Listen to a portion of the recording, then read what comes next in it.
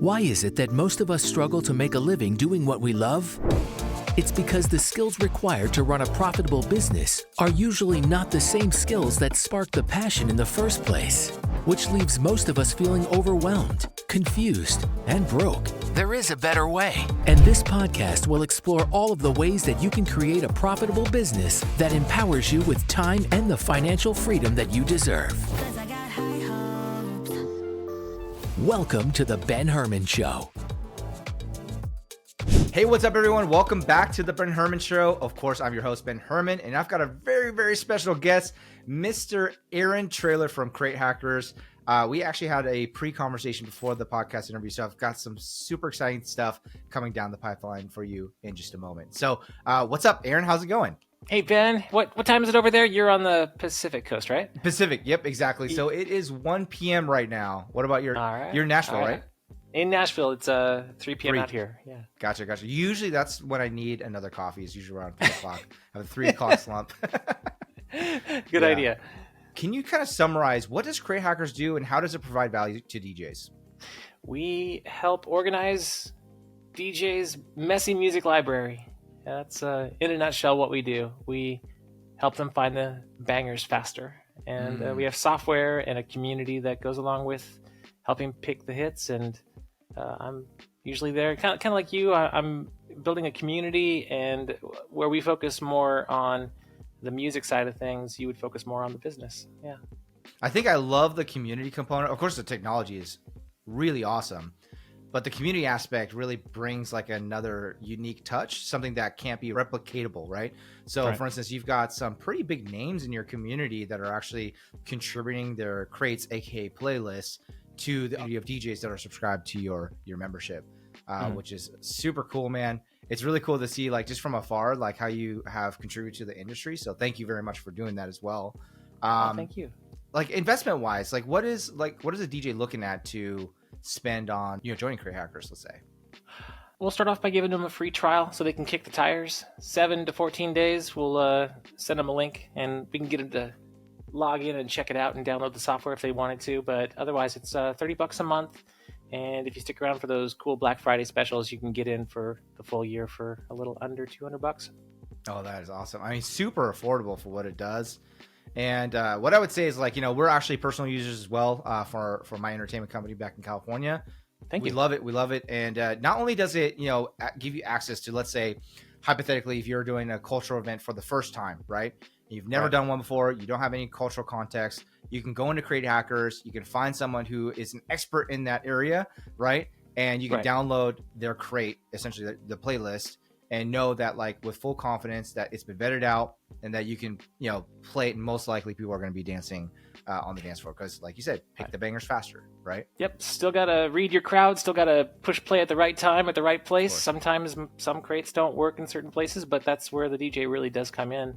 But you mentioned community, and I think the thing that keeps them coming back more and more is the fact that music is a constant, ever-changing, always fresh topic. I took like 2 months off with my music library, and I know you don't DJ as much, but when you're in the game as much as you probably were, you felt that anxiety of like 2 or 3 months go by and you think your crates are all stale and your playlists are all that feeling. I had 2 months off and I'm like, I get caught back up. And I just realized that, man, music has changed so quickly just within less than 90 days that I feel out of touch. And I think that's why we keep coming back to a community of DJs so they can kind of fill in the gaps and say, hey, you missed this one. You forgot to play. Oh, don't play that one anymore. That one doesn't get a good reaction anymore. And, it's better to have a community of DJs who kind of have your back for the dance floor, because really there are so many songs coming out of the pipeline every damn day that we need some backup support. Would you happen to have that statistic of, like, on average, how many songs do get released on a daily basis? I can tell you that Spotify, probably the central hub of music new releases, pushes out 120,000 new songs per day. Oh my gosh. Yeah. I mean, even if you were an avid music researcher every day, that's still hard to keep up with. Right. And even me, being at the top of the edge of music discovery, constantly working for the CrateHackers charts, even I feel completely overwhelmed from time to time, even though I have the tools and the software to kind of filter it. But imagine somebody just walking in wondering where to start. I mean, how do you? Yeah. And I would say, again, as a customer of yours, I've been really impressed with, how the platform has evolved. So we were probably very early on. I have heard through the grapevine that you guys started off with just PDF download as a playlist, right? So I didn't enter at that phase. That would be like the early adopter phase for sure. Right. But like once you guys came out with like version 1 of the software, like that's how long we've been a part of that platform, your platform. And how it's evolved has been so impressive. I mean, one of the features that our team's most favorite is with client requests. So primarily those of you that have followed the podcast, that I ran a private entertainment company. So we primarily focus on private events, weddings, corporate events, schools, and that kind of stuff, life celebrations. And there's a lot of song requests that our clients want us to play for their events. And you have figured out how to crack the code on being able to align the song requests against your actual music library within your DJ software and figure out what songs are missing, what songs you have to be able to easily organize it into a crate or a playlist. And then also with a click of a button, depending on what record pool you're a part of, you can then easily download those songs as well, which is just, just simplifying the curation of crates, which is exactly in the name, right? CrateHackers. So it's just been phenomenal to experience that. Thank you. Yeah, absolutely. But I know that you guys have some new things coming down the pipeline, right? So there's a new release coming out, I believe. Yeah. It's just a better version of you. Alluding to the PDFs in the beginning, that's really all it was for me. The central focus is and always will be music discovery, and more importantly, what mixes best next. I think that was kind of the key signature secret sauce. It didn't kind of hit them in the face until they started listening to the transitions, but when you pop open one of those playlists, I designed them to where they could just be completely harmonically and tempo compatible. So one of the features that I loved was just stacking up songs on top of another, even if it had to be in a PDF list. And that's really all it was at one point, which is a notepad. Like I knew for a fact that Bruno Mars mixed really well into Wild Cherry, mixed really well into Justin Timberlake. And I made that list, and people seem to enjoy that. And I don't think it could survive much today with all the new technology, but thank goodness we called ourselves CrateHackers, because hackers in general, people who love to be more efficient, came to me and said we could do this better. And that's when I found a great team of people and I started to manage. And much like the multi-op that I was working at in Nashville, I had a staff of DJs who would help book for events, real events, and then I'd be over here working with my virtual community, the hackers, and they would be working on possible inventions in terms of software. For example, I never would have had the software were it not for helping manage and be a part of this other side of the world for a while. Juggling both for a good long while until I finally found my rhythm. Love it. And so in regards to this new release, are you able to tease a little bit of like what current customers can expect, and even people that are on the fence about joining CrateHackers, what they can expect?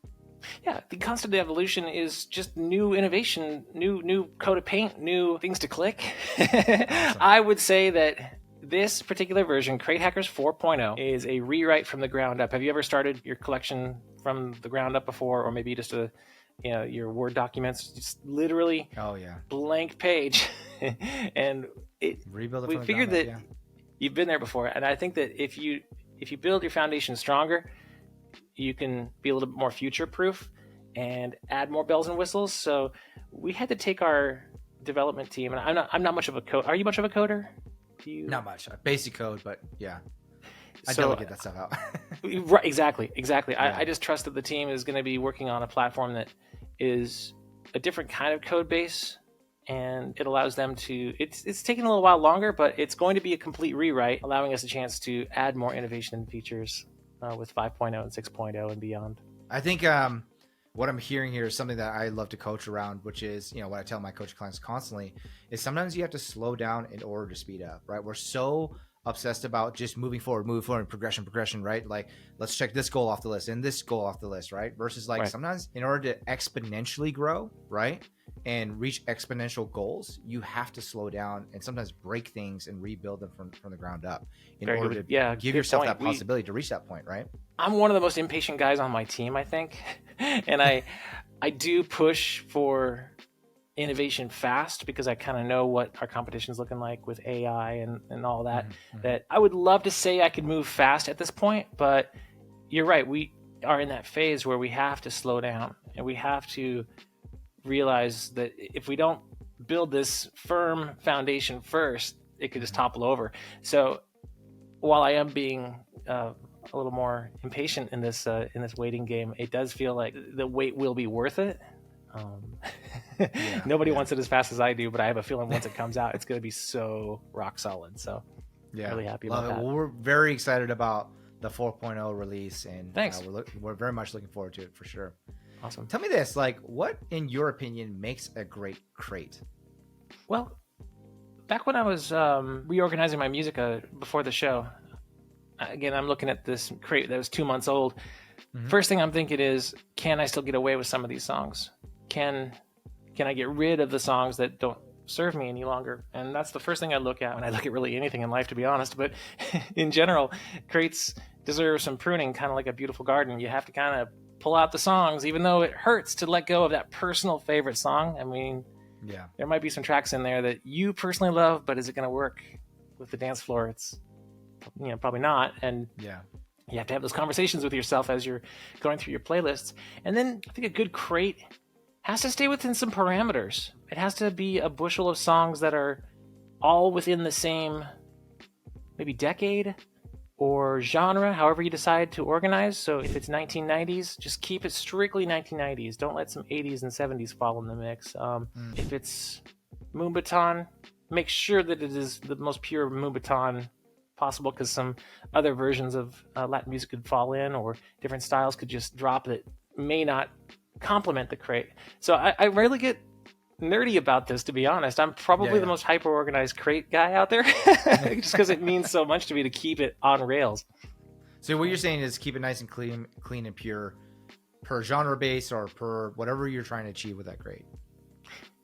Yeah, one or the other, if not both. I think if you were to start and build your crates, I would go genre, more importantly. If you want to get more finite, get down into the decades. From that point on, into maybe subfolders. That's probably the best way to start. Love it. Okay. I think I've got a really interesting question for you. You probably don't get asked this very often, but I think you're just the right person to ask this question. I think you're probably one of the only ones that can answer this question. Which is you are a manager at a pretty large multi-op, right?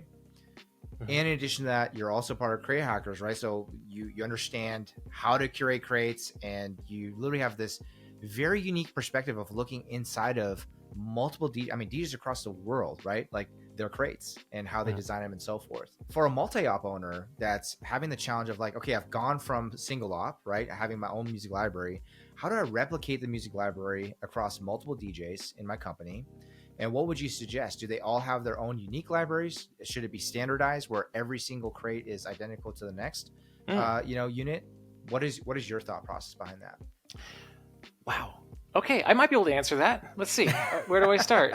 Thank you for that. I would say Nashville, Tennessee is a great melting pot for diversity. And it's not just country. I know we have that label, but it is Music City in general. Yeah. And I believe that you have to have a multi-op of varied tastes and styles, all colors and walks of life. I believe in order to get yourself the most bookings with a multi-op, you have to have variety on your staff. So that in itself is going to, give the diversity in terms of crates. Every person's playlist is going to be different, I believe. However, then you have to look at your market. So then you see what the market requires. We have a very large Latin community here in Nashville. So we have some experts in that field. And then we have some straight across Southern weddings where you take over those barns, those outdoor venues, barbecues, things like that. And so there's particular playlists for that. And DJs play a really unique role in this market, particularly because we are in Music City, and so we do have bands, and we have specifically country bands who can do a really good job. And so they handle a majority of the country music and the rock and Southern soul. Like DJs don't play that because they've got it. We are kind of in our own lane with EDM and rap and pop music and wedding hits and such. So that kind of, again, just knowing your market really helps you manage all that. But in particular, if you are an owner of a multi-op, have a diversified staff, allow them to bring their own tastes to the table, but you kind of have to do an overview of what their playlists look like. Maybe go and ask them just on the spot, hey, I'd love to see the history of what you played last week at your wedding. Show me your Serato history, and I'd love to review it with you. We call those air checks. I come from a radio background where that's why the charts are so important to me. Makes sense. Watching the charts move up and down the radio was super interesting to me. So I brought that to my multi-op, and I would spot check them, air check them, and say, hey, show me what that last show sounded like. Let's take a look. And maybe as a manager, just sort of say, well, why did you play this song? Did it really get a good reaction? Maybe you'll learn some things yourself, but that would probably be the best way to keep those playlists and just that overall vibe in check. It's hard, nerve-wracking, in fact, when you send out, in my case, it was 25 DJs all across Nashville that morning after. That Sunday morning, you're just crossing your fingers. You're not getting that phone call that one of those 25 screwed up because they played the wrong song at the wrong time. So it's a lot of upkeep. Responsibility, right? Yeah. Last thing I would bring up would be, we host what's known as hackathons in the CrateHackers community. It's a little nerdy sounding, but it is just DJs coming together and talking about music for an hour every Tuesday. So we would talk about pop music for an hour and get DJs from all across the nation to chime in. And at the end of the day, we come up with a really cool playlist of people chiming in. What songs should stay? What should we go away? If you can do that locally, in other words, make that part of one of your training semi-annual sessions, maybe in between. In fact, this would be the perfect time to do it because the wedding season is wrapping up. Yeah. New Year's Eve, maybe after that, between then and March, do a hackathon. Bring your DJs together. Everyone bring their laptops. Let's all just kind of feed off of each other and get a general sense of what worked and what we can learn from each other. That would be the best advice I got. That's such great advice. Absolutely. For those of you that may not know what hackathon is, Aaron, could you define what hackathon means? Sure. Yeah. It's for some, you would think it requires coding, which Ben and I both are not, but we love the term. It really is just a meeting of minds. For example, Ben is doing a prom. Let's say Ben's going to go do a prom, and he's going to tune into an episode, and there's going to be other DJs out there who are wanting to learn about proms or are experts in proms. And then we'll have the chat room open where we'll ask, okay, real quick, what was your favorite song of the season so far? What song got the best reaction? And they'd all type it in. And then we would vote songs up and vote songs down. And at the end of the episode, we'd have a pretty general sense of what songs work in a prom environment. And that's what hackathons are. So in other words, it's masterminding, yeah, exactly. Right? So it's sharing knowledge from actual experience, but also a little bit of brainstorming of new ideas that could also be added to the mix as well, right? So it's like the beautiful blending of multiple minds together. Right. And much like your masterminds that you carry with your community, the same goes for us, but it's always constantly evolving. The pop playlist is going to be different in 2024 versus what it's going to be like in 2023. So we'll never run out of music. Yeah. Which is great. It keeps the creative juices flowing as well, right? Because as DJs, we have to stay on top of the trends. We have to stay relevant and so forth. So I think that there's a huge opportunity for you guys to serve the community, but also then huge value that, all you DJs can actually receive from CrateHackers by being a part of that community. Well, even without CrateHackers, I would still encourage anybody who's got a crew of DJ friends, share your secrets. Start talking about music more. I don't think we as a community or as an industry talk about music enough. So if I could get any kind of message out on your podcast today, it's we need to start talking about music more. So if I can help guide that, then mission accomplished. Let's stay here for a little bit because, our industry, depending on what circles you're in, right, there's a little bit of puffing of the chest, the ego, right? There's a little bit of our history from as DJs. I come primarily from a hip hop background. So I started off as a b-boy, got into breakdancing. I can see that. I was never really an MC, like a rapper. I got a little bit into graffiti as well, but then DJing really was the thing that I fell in love with. And culturally, right, it was DJs were about actually literally white labeling the records to make sure that nobody would bite their style, right? So I think there's a little bit infused in our culture and our history as DJs of like that's still being very relevant and alive today. What kind of advice could you give or words of encouragement could you give to our community of what you want, which is essentially let's open up the vault. Let's actually let people in and see how our minds work and how we choose songs and so forth. It's so funny you bring up the white label, because that was the first thing that turned me off against the people I looked up to. I would show up at these clubs and these DJs would walk in with, for those that aren't aware of what a white label is, you're literally covering the label of your record and you're putting it on the platter, and the DJ behind you or the audience can't even tell what you're playing. I always thought to myself, wait, that was somebody else's song to begin with. You didn't make that. Back in that day, that you probably didn't make that, and it was somebody else who sang it. Maybe another record label that pressed it. Maybe it was, some creditors and writers and producers, and you just completely took credit for that. And now you're telling me that I can't see it because it's yours? That part really threw me through a loop, and that has prevailed for years. I've never quite understood why DJs were so secretive up until just it point blank hit me in the face. The truth is, they're afraid you're going to take their job. I think we got bigger things to worry about nowadays. I really think that our jobs are being taken away by much grander, much larger things. I don't know if you're noticing, but we're losing dance floors left and right. London, England alone lost 122 clubs shortly after COVID. I'm not talking about during COVID. I mean, we are losing dance floors to dinner tables and to other businesses. And that wasn't the DJ's fault. That wasn't the DJ's. The DJ behind you who was looking over your shoulder was hoping to carry on the torch and hoping to carry on the energy and give people a chance to come together. I'm standing on my soapbox a little bit when I talk about this, but I was truly turned off by those people who didn't share their secrets, because we will lose this industry if we don't pass what we know along. You have a whole unique perspective there where it's partially an abundance mindset versus a scarcity mindset of like, hey, we can gain way more by collaborating and helping one another by protecting our industry, right? But the scarcity side is that if we don't, we might lose our industry, right? Well, let's also face it. This is a fun conversation to have. We love having this conversation with other DJs, and it's so exciting and unpredictable, and getting another person's opinions.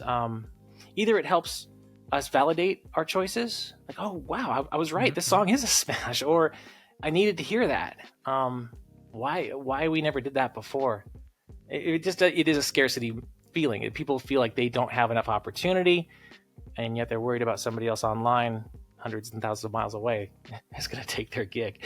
I feel we have bigger problems. I'm curious to find out. This is something that we should check. DJ AM and Serato actually came out with a DJ AM feature, which was to white label. I recall. I remember primarily it was on Scratch Live. I don't know if it's still alive in Serato Pro now, but that'd be kind of a unique thing to kind of check and see if that's still a feature. Which essentially hid all the song, where the song title and artist would usually be. It would hide that, so that way DJs looking over your shoulder on your laptop screen couldn't even see what you're playing. Yeah, it exists, and digital white labeling. It's just complementing what the current culture is standing for at this moment, I believe. Some people subscribe to it, some people don't. Yeah, it's not Serato's fault. I think they were just listening to the culture for sure. You have a ton of experience in regards to managing a multi-op. So we've got some multi-op owners here that are listening to the show. First and foremost, what were you mainly responsible for with your position inside the multi-op? I came from a small town in Montana to Nashville, and I met a gentleman by the name of Jason who ran a company here that's been around for about 10 to 15 years before I was around. And simply by just Googling DJs in Nashville, I came across this company, and it was much like many of your listeners. They started off as one DJ who just got double, triple booked and decided they had to start branching out and bringing more people in. And I came in at about that time where he was about 8 to 10 DJs that he trusted and so on. And at first they wanted me to sell. They said, get out there and go sell. And again, that's hard for somebody who, again, is not a seller. I don't sell very well, let alone know anything about the town I was in. I don't know if you ever had a sales position in a brand new city, but new city, right? Right. You don't have any connections. Lack of connections, right? Like you just come across as this guy that is trying to sell if you're not building a good relationship. So that was so tough for me. I think they started to realize where my strengths were, and that was helping, obviously, with playlists and also managing the staff in terms of the technical side. I always thought that if I never had a job working for a multi-op, I'd probably do a really good job working at Guitar Center. So any speaker problems, any uplights, any cords, cables, adapters, so on, I was a really efficient person when it came to that. And Nashville, we don't really necessarily have big, elaborate sound systems. You've seen some of those in New Jersey or New York, like Jason Jani. They come up with these walls of speakers and intelligent lighting that is all DMX'd and so on. But we run really lean for such a small... we're a mid-sized town, but we have very small spaces. So my job was to make sure that each of the DJs had the minimum amount. Did they have a gig bar? Did they have two 15s, 1,000 watts at least? Making sure that all their gear was good. And then weekends after weekends, it would be, okay, who has the uplights? Bring it back to the office. We need to get them out. Oh, who has the photo booth? Okay, bring it back. Oh, we had to do some repairs. So a lot of that was my job in the beginning. And more importantly, just training them how to be efficient and then how to speak on the microphone too. I would go back and forth with the owner and we would do these MC training workshops.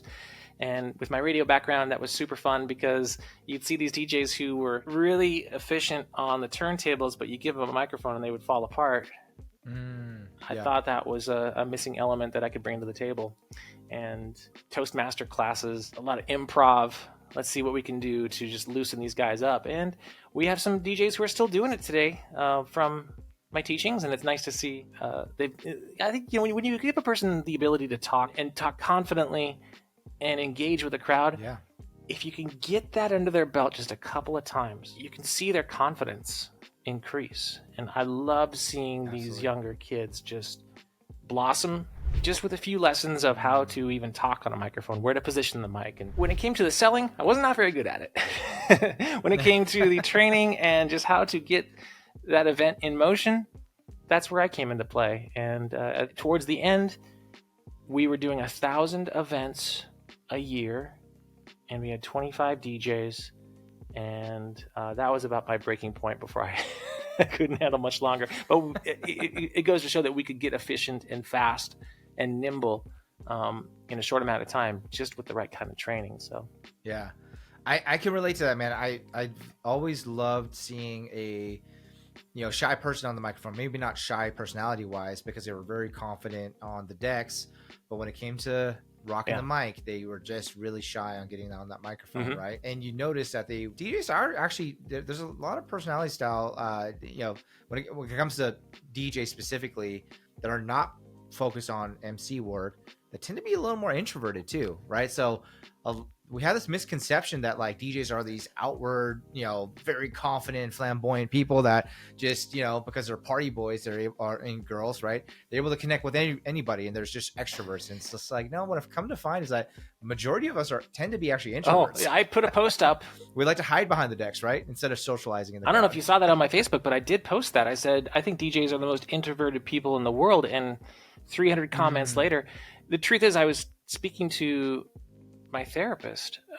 You're not cool unless you got a therapist this day and age, by the way. You need one. Everyone does. But my particular therapist said, well, of course you're an introvert. And he explained it perfectly because, number one, when you go to a social environment as a DJ, you are physically and metaphorically putting a space between you and the others. And you can see it right now with this. I've got this between you and me. And it's always been that way. So me being really approachable, not so much, especially when it's you're behind the DJ booth and you have headphones on. Like, how social can you be? And then I said, well, wait, hold on, that's not true, Mr. Therapist. I said, I'm on radio. I talk for a living. I'm social all the time. He's like, yeah, but you're in a room talking to yourself. You don't hear the other side of the conversation. I was like, oh my God, I'm an introvert. And it's so true.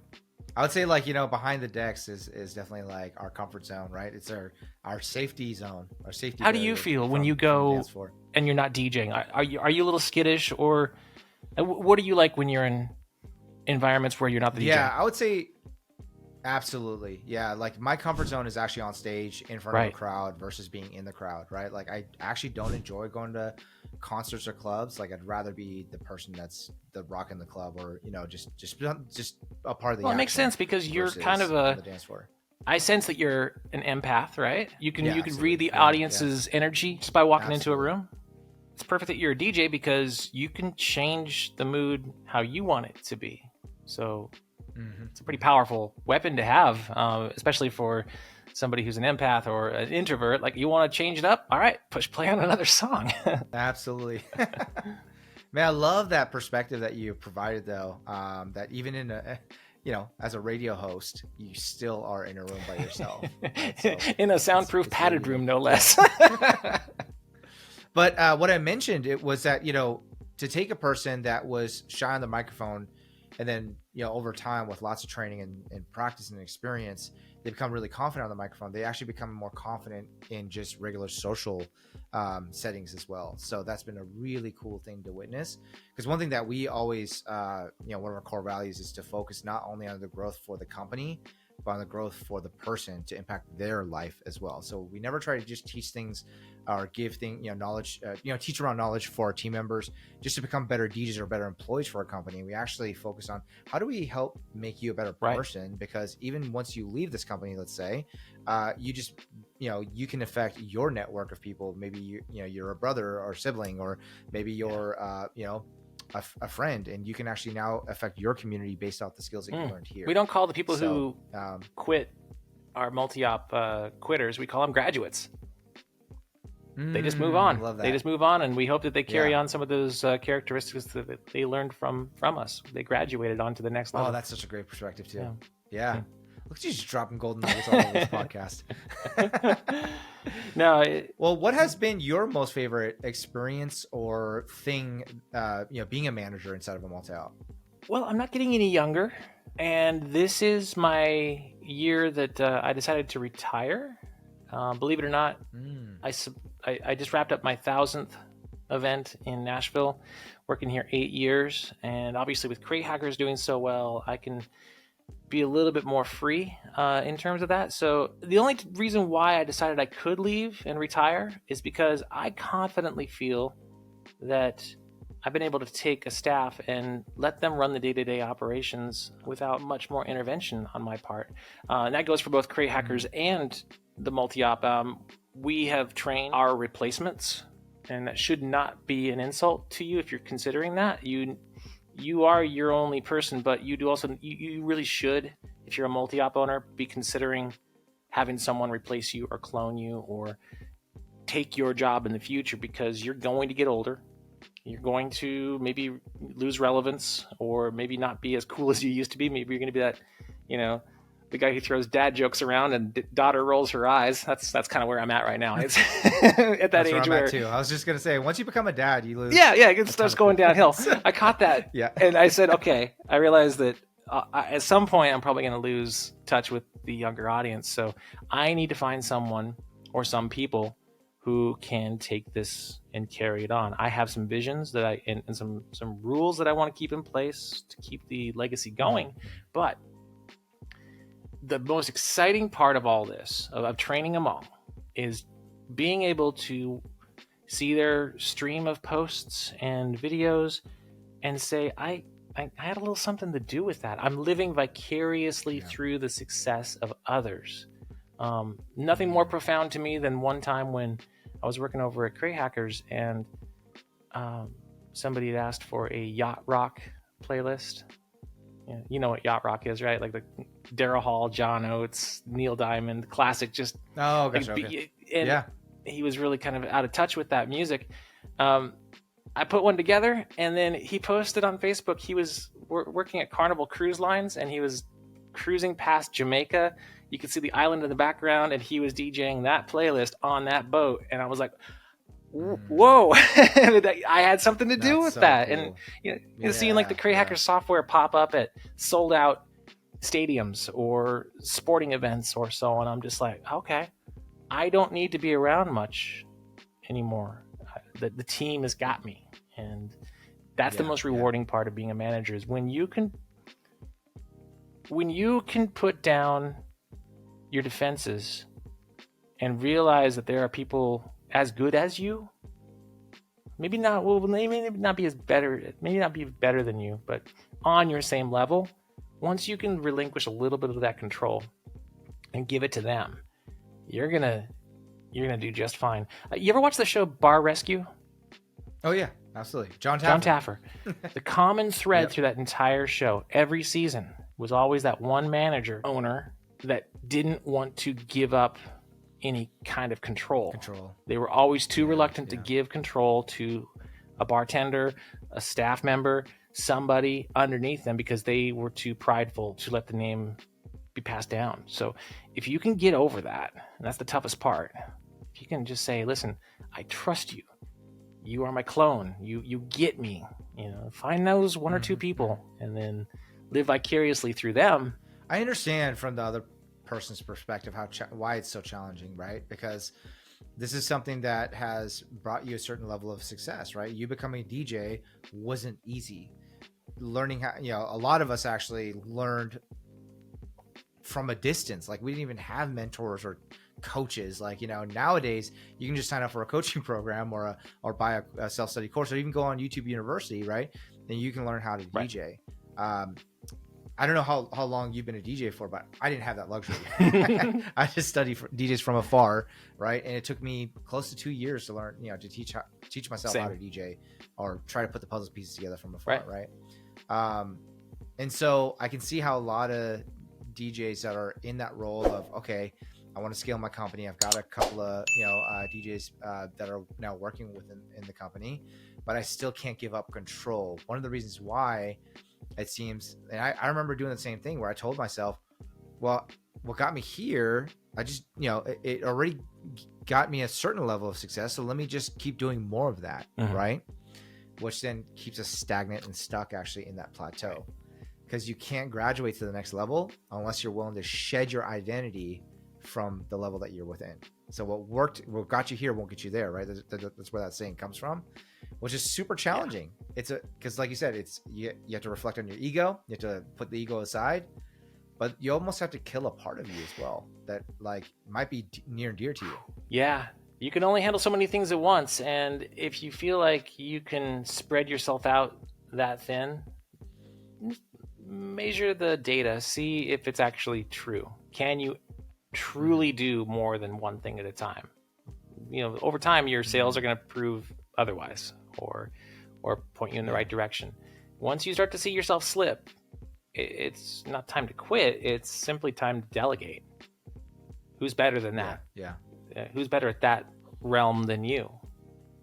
It's tough. I mean, like the saying goes, where attention goes, success grows. So you have to be very mindful of where your attention goes, right? If it only goes into the next piece of equipment that you're purchasing, your sets and all that kind of stuff, well, you'll continue to grow as a DJ, but you won't continue to grow as a leader or the CEO or general manager of your company, right? Yep. Yeah. I remember, it was so tough for me to fire myself, because I got into DJing because that's the why reason why I became a DJ, is because I love DJing, right? So it's like, to fire yourself from working events, that's a very hard thing to give up on. Another thing that was really hard actually for me, I don't know if you had to go through this. My DJ alias was Music Element, and I had Music Element on all my social media handles for years. And even after I stopped working at events, I still couldn't change that name for a good 2 years, because I was still it was still that special part of me that I wanted to hold on to. Oh, I see. And one day I was just so fed up, and I was like, Ben, you know what? I need to move on. So I literally changed it to @Ben Herman on all social media platforms instead of @Music Element, because that's what it used to be. Similar situation. It's the silly games that we play. Well, right? it's amazing how much you can shed if you do decide to get rid of one avatar and replace it with another. There have been times where my Facebook account has been literally hacked itself, and I had to start over again, but carry over necessarily everybody from that account into a new one. You bring over the people that matter, and I think you start to selectively decide from that point on. And you never know who you may cross paths with, and it'd be fun to go back to your old and see if there's somebody that you could, reunite with from time to time. But think of them as just different chapters. That was a part of you that probably was hard to break up with, but wouldn't you say the Ben Sean Herman is the stronger version? No, I would say. I would say different. Different? Version, well, right? I like this version personally. I think I'm continuing to. I think to grow stronger is a continued process. Yeah, right? it is. I'm also a strong believer that I never want to accept that I've made it, because the second that you accept that you've made it, that's usually when you tend to give up, right? And so I've got this fear also of like, I don't want to admit, so I continue just to be in the mindset of like, no, I need to continue to work on myself. So just 1% a day improvement over an entire year is 365% growth, right? Wow. Yeah, I guess so. That's when you do the math. Yeah. Well, I'm seeing your hustle, and I really yeah. see the a good version of you currently. So I can't imagine what 365% more Ben would look like. Yeah. What about surrounding yourself around the right people? Because I've heard you say that as well throughout this conversation, that you're thankful of the people that you've surrounded yourself with, CrateHackers, that you feel like you wouldn't have gotten CrateHackers to the point that it is without certain key players within it, right? And even with your team over at the multi-op, right? Someone that's looking for their tribe, looking for that next key player that needs to join their team, what kind of advice would you give them? Yeah. It's funny because whenever I say this term, people say they've heard it before, but for me, it was something I just heard. But I'll repeat it. You are the average of the 5 people you hang out with most. You ever heard that? Yep. Yeah. Oh, So yeah, I realized that later on in life, and I looked at that point in time when somebody said that to me. I looked at my 5 friends. I'm like, okay, y'all got to go. y'all got to get out of here. No, I'm kidding. I would say that at any point in your life, you just got to stop and look at the people that you're around. There's certain qualities that you can bring to a team that are far more powerful than you individually on your own.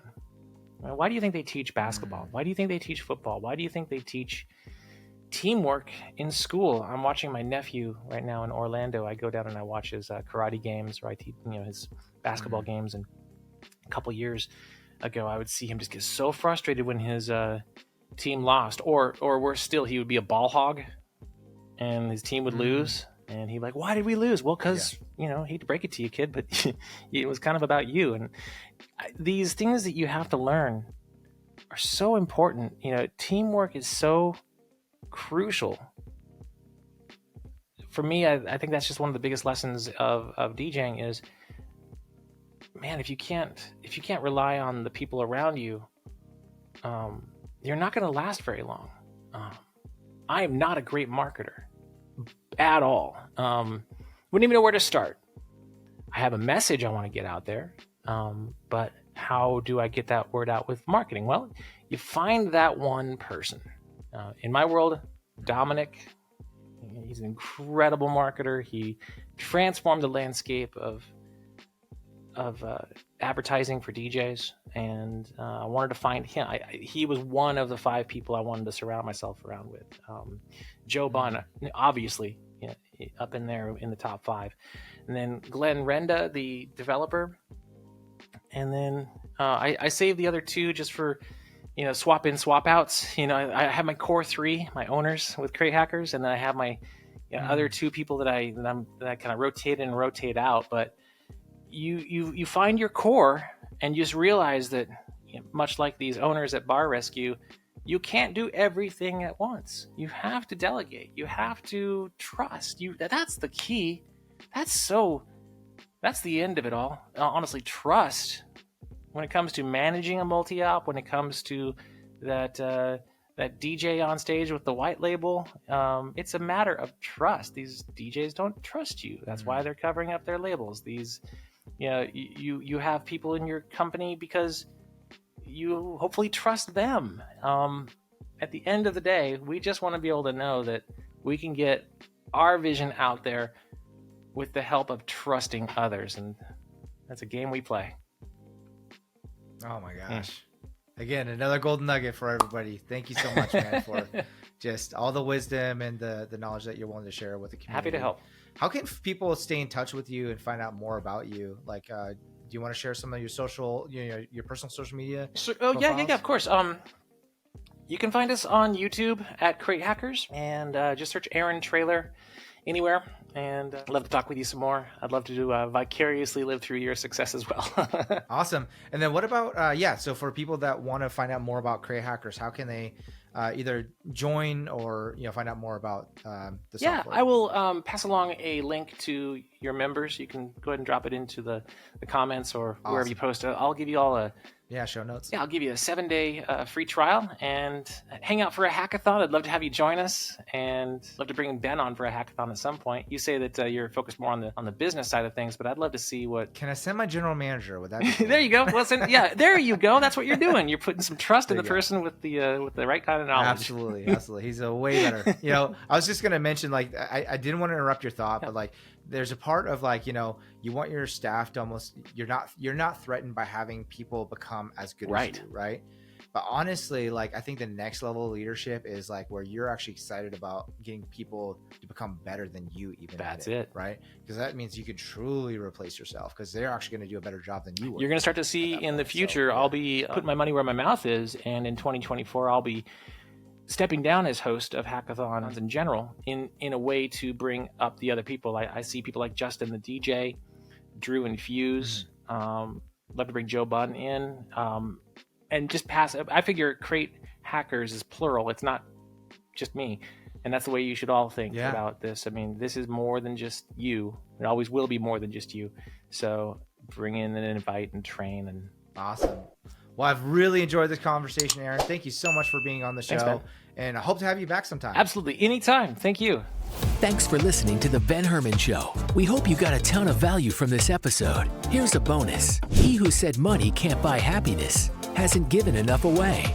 Would you be willing to help someone you've never met if it provided you fulfillment and didn't cost any money? If so, would you please take just 10 seconds to leave an honest review so that someone can make a better informed decision on giving this podcast a chance?